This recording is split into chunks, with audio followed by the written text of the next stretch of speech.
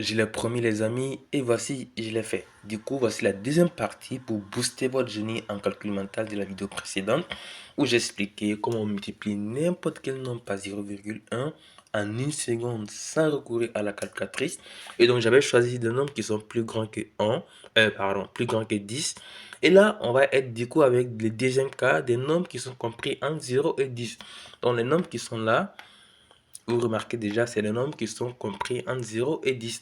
Et donc, quelle est la règle pour ces nombres? Allez, c'est parti. Alors, la règle est simple. Là, on va supposer avoir un 0 ici. Je rappelle que 0, 9, c'est la même chose que 9. Il n'y a pas de problème. Mais ici, ça va nous aider à schématiser dans l'esprit comment il faut faire. Donc là, si j'ai mets un petit 0 ici, après, il faut juste que je me place la virgule avant les derniers chiffres. Ce qui va faire 0,9. Ce qui fait bien 0,9 lorsque je fais 9 fois 0,1. Le deuxième cas, par exemple, il est différent, lui, parce qu'on a une virgule là déjà.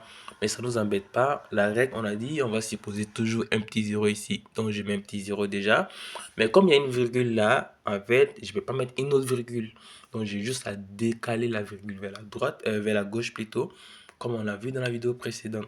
Ce qui va nous faire du coup 0,07. Du coup, on continue avec les autres calculs. Là, on a 8,50. Du coup, on va supposer toujours avoir un petit 0 ici. Comme on a une virgule qui est déjà présente, cette virgule, on va la décaler vers la gauche tout simplement. Ce qui va nous faire 0,85. Exactement ce qui fait ça. Et donc là, pareil pour 3,33. En fait, toujours, on suppose avoir un petit 0 ici. Et on va décaler cette virgule vers la gauche, ce qui fait 0,33. On fait pareil avec celui-là. Là, on aura encore un petit 0 ici. Il faut décaler la virgule vers la gauche.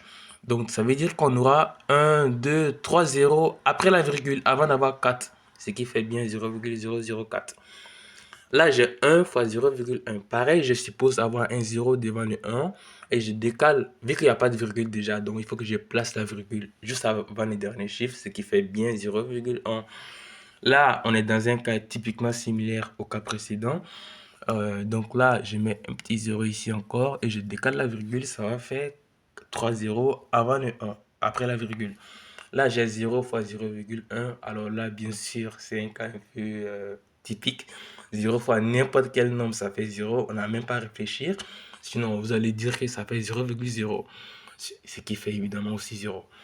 Alors, les amis, dites-moi en commentaire, qu'est-ce qu'il me faut ici multiplier par 0,1 pour atteindre 0,11.